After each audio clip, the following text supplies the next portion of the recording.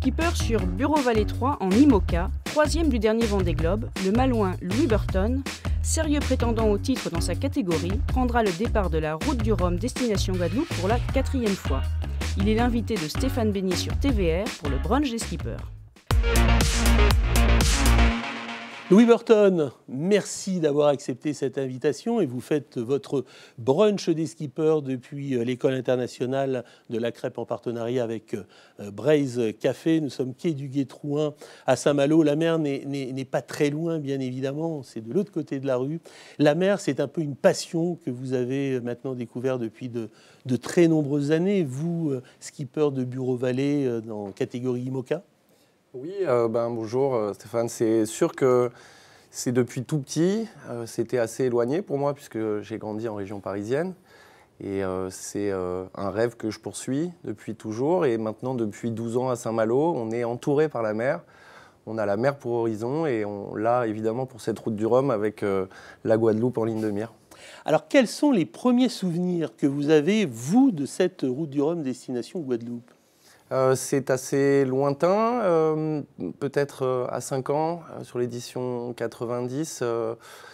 Mes parents avaient loué un bateau chez Le Péqueux de l'autre côté en Normandie et étaient venus se mettre ici dans les bassins. À l'époque, les bateaux de croisière n'étaient pas très loin des bateaux de course. Il y avait moins de concurrence, c'était un peu plus amateur. Et je me souviens d'une soirée à bord du bateau où les garçons, mon père et ses potes, partent en ville et reviennent et nous racontent le lendemain avec plein de belles histoires, de bras de fer, de chansons dans les bars malouins. Et puis le lendemain, déambulation sur les pontons et invité à monter à bord du trimaran de Florence Artaud et crapahuter sur le trampoline. Ça, c'est mes premiers souvenirs. C'est quand même un sacré souvenir. C'était Pierre Ier, hein. C'était Pierre Ier, elle gagnera avec ce bateau-là. Et puis après, plein de souvenirs de plus en plus précis jusqu'à la Route du Rhum 2010 où je peux participer. Alors ce sera votre 4e participation, Louis. C'est véritablement aujourd'hui un Louis Burton expérimenté qui a réussi aussi à nous faire rêver à l'occasion du dernier Vendée Globe, hein, parce que là vous prenez une 3e place magnifique. On a même cru que ça pouvait être une 2e ou une 1re place. Mais Louis, aujourd'hui vous êtes conscient que vous, le Malouin, parce qu'aujourd'hui on vous revendique Malouin et vous le revendiquez aussi. Vous faites partie vraiment des très grands spécialistes de la catégorie IMOCA. Merci, c'est très gentil. C'est un peu avec la voix tremblante que je parle du dernier Vendée Globe. Ça a été un combat de tous les instants avec beaucoup d'allers-retours en queue de classement, puis en tête de classement avec des pointages en première place, pas très loin de la fin de la course. Donc voilà, c'était un rêve qui devenait réalité de monter sur le podium du Vendée Globe. Mes partenaires, Bureau Vallée en tête, m'ont refait confiance. On a pu acheter une machine de dernière génération, voilà, avec des hauts et des bas, des galères, mais aussi des beaux résultats avec ce bateau. Beaucoup de navigation en avant-saison en solitaire. Et j'espère que je pourrai faire parler la poudre sur cette édition de la Route du Rhum. En tout cas, on croise vraiment les doigts et on en est vraiment certain. Louis, cette course, on dit, le mot qui caractérise le mieux la Route du Rhum, destination Guadeloupe, c'est le mot mythique. C'est vrai que cette épreuve, elle est particulière. Alors le Vendée, c'est l'Himalaya, hein, des courses, parce que partir sur 3 mois, c'est quand même exceptionnel. Mais cette course du Rhum, elle est aussi pour vous vraiment particulière. Ce sont ces deux courses-là, les deux piliers de la course au large française et internationale, je pense. La Route du Rhum, elle a une saveur particulière que n'a pas forcément le Vendée Globe parce qu'elle a une histoire, une création, une histoire de sa création assez incroyable. On relit beaucoup de choses sur l'histoire de la Route du Rhum en ce moment, mais pour mes mots, c'est une course créée parce que les Anglais décident de limiter la taille des bateaux pour participer à la Transat anglaise, ce qui met de facto les deux favoris français de l'époque hors jeu pour cette course. Et l'esprit revanchard décide de créer cette épreuve sans limite, ni de professionnalisme, ni d'amateurisme, ni de taille. Et voilà, et ça lance l'histoire de la Route du Rhum avec des bateaux de course, avec des gens qui n'ont pas de sous, avec déjà des professionnels. Et puis, 98 secondes sur la première édition, 80. Mike Birch et Malino. aussi, ouais. Encore la même chose en 2020. Incroyable. Quelques 40 années plus tard.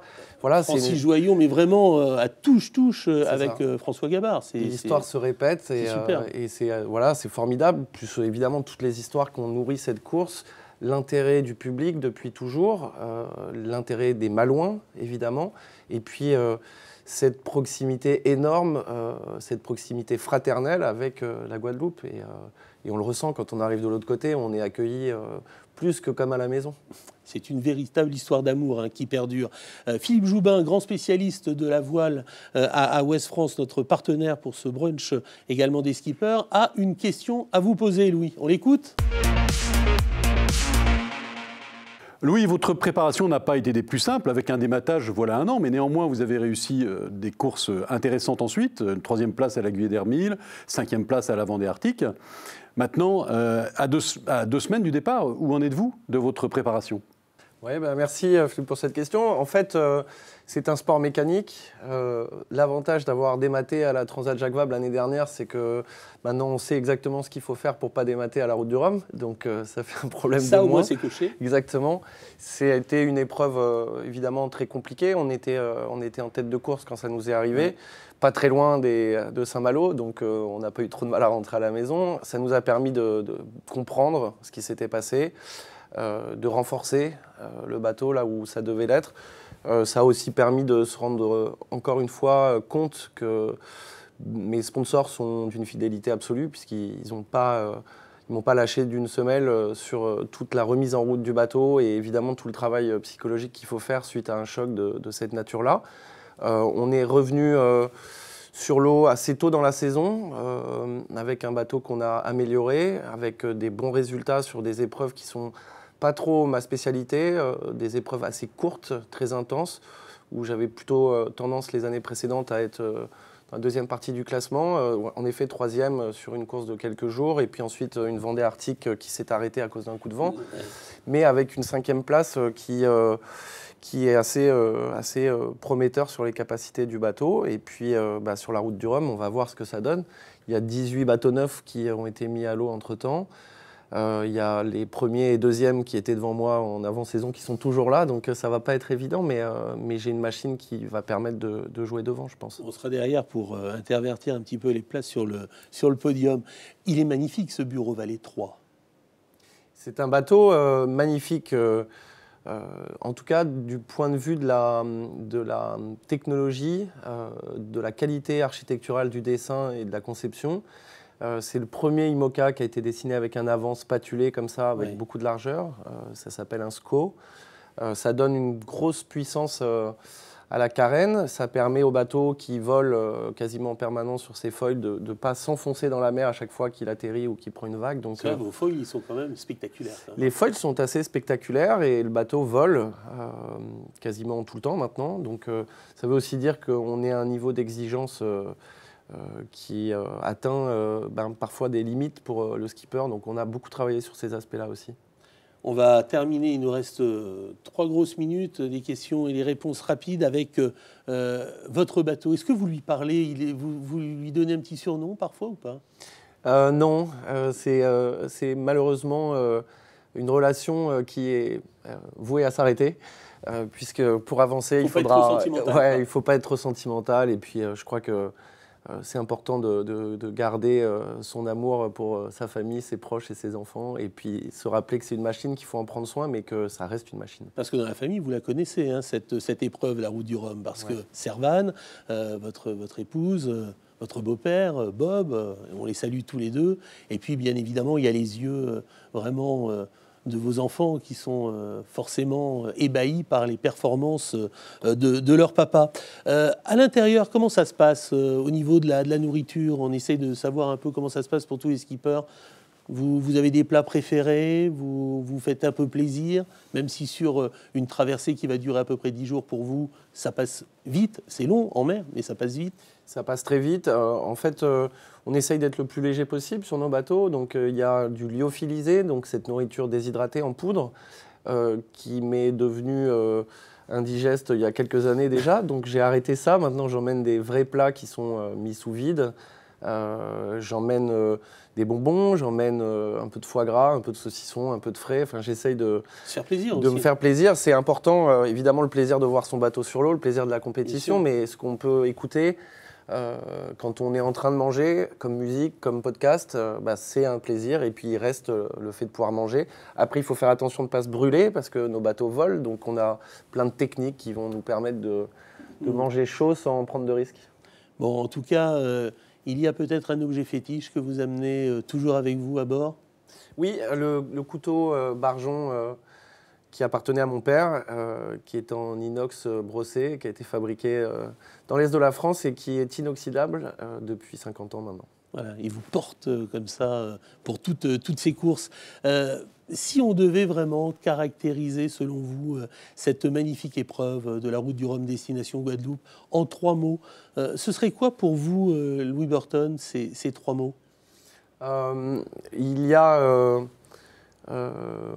partage, parce que c'est une épreuve qui permet, je pense, à tous les passionnés de voile, de mer et même juste les curieux de s'identifier, parce qu'il y a une diversité de profils qui est inouïe, et ça, c'est vraiment exceptionnel. C'est très rare. Vitesse, puisque là, les trimarans peuvent traverser en 5 jours, nous en 10 jours en monocoque. Et puis Saint-Malo, évidemment, il faut que ça le reste pour toujours. J'ai envie juste aller la dernière question. On se rappelle de ce départ extraordinaire. Bon, vous l'avez un peu grignoté pour le dernier Vendée, mais c'était juste. Vous comptez nous refaire un départ pratiquement le même, sans dépasser, parce que c'était beau ce Bureau Vallée 3 qui a monopolisé, mais vraiment, cette course du dernier Vendée.